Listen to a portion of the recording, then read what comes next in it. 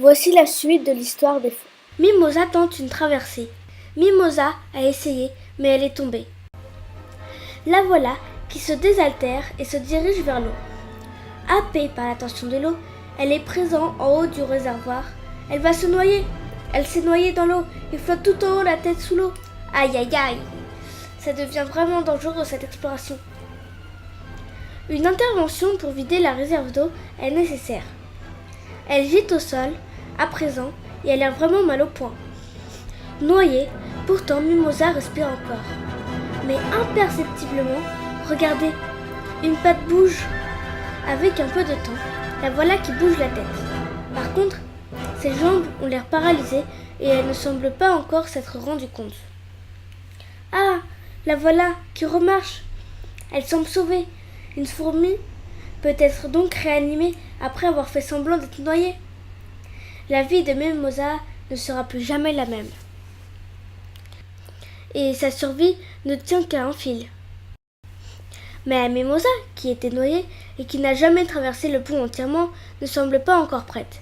Elle hésite comme si elle avait peur du pont, se rappelant qu'elle avait glissé, et elle est terrifiée par ce souvenir. Elle est juste montée un peu et redescendue. Fataliste, elle observe. Rassemblant son énergie pour l'instant, c'est chacun pour soi. Pendant ce temps-là, les autres dorment dans le nid. Notre fourmi aussi est épuisée et elle fait une sieste. Comme elle s'est noyée, une goutte d'eau posée autour d'elle, c'est moins risqué pendant qu'elle dort. Ainsi, elle pourra se désaltérer, boire ou se nettoyer au besoin. Une autre fourmi est descendue la sauver. Elle se prénomme Blue. C'est une bénédiction.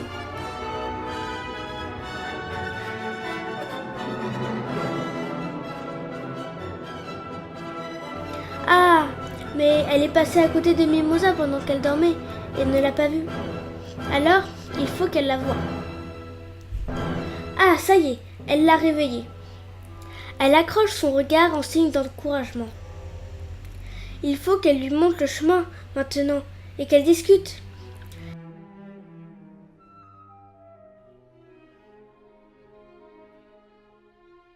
Elle se presse auprès d'elle et l'entoure délicatement.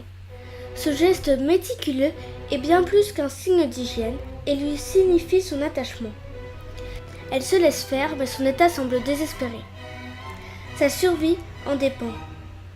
Blue doit maintenant guider sa nouvelle sœur. Oh! En fait, Blue repart toute seule et a laissé Mimosa faire la sieste. Mimosa est à plat ventre, ce qui révèle sa fatigue. Blue tente une traversée. Ce comportement est vital au sein du groupe. Les taux se resserrent et la situation devient dangereusement critique. Blue semble troublée de laisser Mimosa dans un silence pesant. Abandonnant Mimosa à sa solitude et à un avenir incertain. Blue est revenue dans le nid. Les fourmis ne sont pas des animaux solitaires. Et elle va faire tout son possible pour prévenir les autres. Voilà, tout le monde écoute, mais personne ne bouge. Dans Mimosa, il y a une sorte de résignation. À moins que ce soit la sagesse d'une vieille exploratrice qui sait qu'il n'y a rien à tenter pour l'instant. À bout de force pourtant, Mimosa ouvre un œil. Notre fourmi se réveille entourée de gouttes d'eau. Elle touche les gouttes avec ses pattes et ses antennes. Peut-être que ça va les nettoyer et qu'elle pourra remonter sans glisser sur le pont. Accablée par la fatigue, elle trébuche sur son côté droit, attirée par l'eau. Pas facile avec l'eau qui colle quand on est tout petit. Il se fait tard. Alors, avant de remettre Mimosa dans le nid, pour la reconnaître demain, voilà 2 points de peinture blanche, maintenant qu'on la connaît. Elle a l'air d'être contente d'avoir été transportée dans le nid et fait le tour de tout le monde comme pour annoncer la bonne nouvelle. Les 2 fourmis se rapprochent et, en signe de reconnaissance mutuelle, elles entreprennent la séance de nettoyage d'antennes. Doucement, délicatement, elles accomplissent ce geste qui tisse entre elles ces liens de loyauté et de confiance.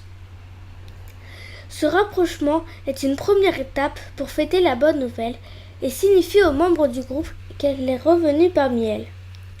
Puis, elle continue avec celle-là. puis celle-ci. Puis, un peu plus loin, avec celle-là encore. Leur position en dit plus que n'importe quel discours. Mais personne n'a l'air très intéressé par le cas de Mimosa. Et la peinture blanche ne semble déranger personne.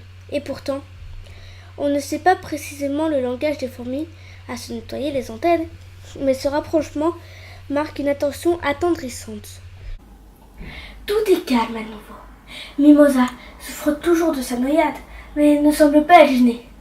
Sa personnalité hors du commun lui a permis de réaliser cet exploit. Chacun se prépare à dormir.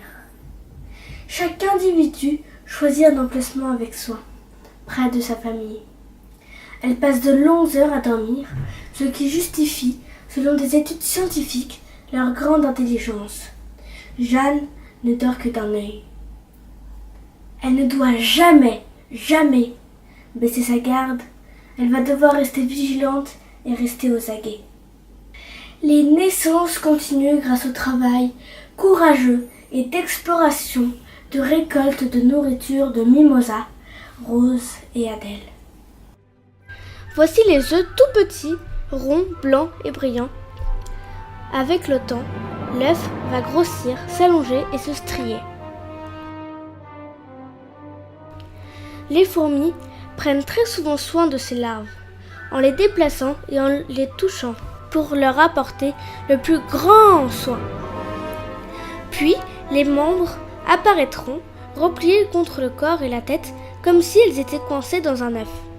Mais il n'y a pas de coquille et l'on voit donc bien les formes. Enfin, elles commencent à changer de couleur et deviennent particulièrement marron, puis totalement marron. Et c'est seulement alors que leur corps se met à bouger et qu'elles déplient leurs jambes. Parfois, pas toujours facilement. Pas facile de se dégourdir les jambes après une si longue période immobile. Puis, en quelques jours, elles deviennent bien noires. Le tout prend quelques semaines. Un jour, peut-être, l'une d'elles saura explorer de nouveaux territoires. Bien plus tard, Mimosa est morte. Elle aura bien vécu et contribué activement à la vie et à l'essor de sa famille. Maintenant, tout est réglé. Tout se passe mieux. L'eau n'est plus à manquer, la nourriture non plus. Et tout le monde est heureux. Si vous avez aimé cette vidéo, mettez un pouce vers le haut, un commentaire et les cloches pour les notifications. Mais avant de éteindre cette vidéo, j'ai une question. Est-ce que les super-héros se sont inspirés des fourmis? Par exemple, comme Ant-Man? Répondez-moi dans les commentaires.